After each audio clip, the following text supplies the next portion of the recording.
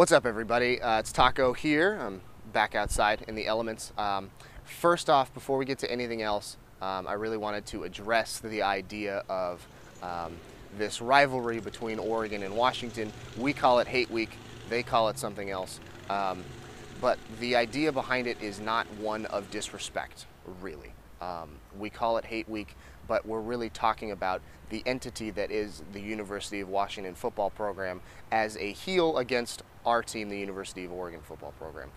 It's about hating the W, it's about hating the purple, it's about hating those gold helmets, it's about hating the weird anthropomorphized dog mascot that belongs at a furries convention because it looks just a little bit too human-like. It's about hating those things. It's not about attacking players on a personal level. It's not about attacking coaches on a personal level. And especially it's not about attacking blog users on a personal level. Because they're fans just like I am. They just happen to root for a different team. And that's not a reason to attack someone personally. So the ATQ stance, well, my stance in particular, but I think it's really encompassing of the ATQ stance, is that we're going to treat Hate Week, it's going to be about football, it's going to be about the rivalry between the football teams, and we're not going to make it personal on a level between blogs or between users or anything like that. Anything that's happened in the past, specifically with us and UW Dog Pound, anything that's happened in the past, both sides have been in the wrong. So I think it's up to both of us to really make an effort to put that behind us and move on and be civil about this rivalry. Moving on to a quick look back at Oregon-Washington State.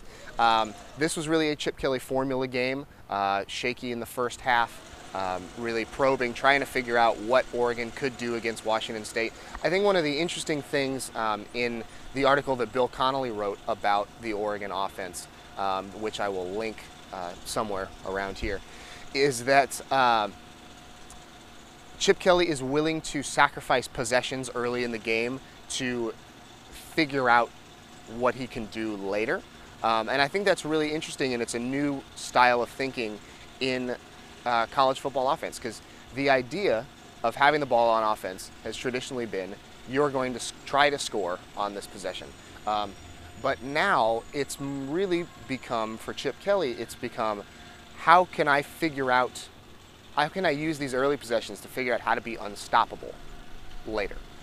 It's really a new way of thinking about it, and we've seen it time and time again where they probe, they try and find weak spots, they try and overload things. Things don't work, things do work in the first half, and it's really a mixed bag, and then they come out in the second half and absolutely explode, and they did that against Washington State, who is not a very good team. I think they hung tight in the first half. They really played with a lot of heart, but the second half, I think really the talent and the coaching disparity took over. The defense played very well again, only allowing 3 points in the second half. Avery Patterson with a pick six. That's the third pick six for the Ducks in 2 games. I believe I forget where I read the stat, but I believe it was 5 interceptions for Oregon this year have been returned for over 25 yards. And that's significant because our defense is not just picking the ball off, we're picking the ball off and making plays with it, which compounds that turnover and makes it an even bigger play. Excuse me. We look ahead now to Oregon and Washington. We call it Hate Week. It's a rivalry. It's the rivalry that's filled with a little bit more animosity than the Civil War. And Washington is the best team that Oregon will face this year.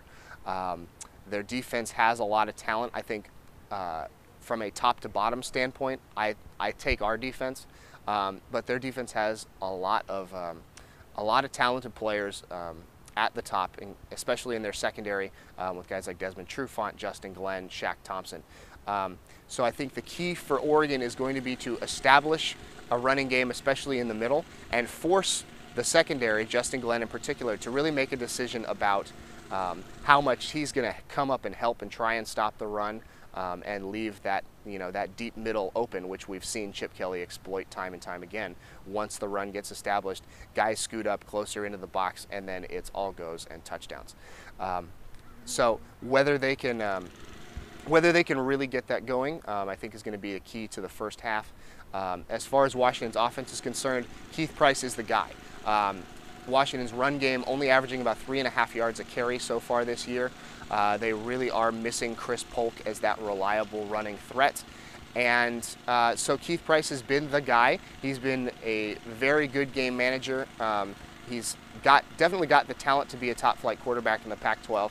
And I think, and their receivers, and especially Austin Sefarian-Jenkins at tight end, he's got the weapons to really succeed in a pass-heavy offense. And so it's going to be up to the secondary, who is playing extremely well right now, to keep it going, really shut him down. I think their offensive line has some questions, and our defensive line and our pass rush can get to Keith Price to really disrupt his rhythm. So I see that as another key to the game. And I think the big debate this week is going to be at tight end.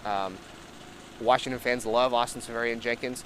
Duck fans love Colt Lyerla. So I want to hear it from both sides as to why your guy is better. Is it ASJ or is it Bain? So let us know in the comments, either here on the YouTube channel or on ATQ. Stay tuned all week for news and analysis about the Ducks and their upcoming game with the rival Huskies. For AddictedToQuack.com, this is Takimoto. Go Ducks, we'll see you next time.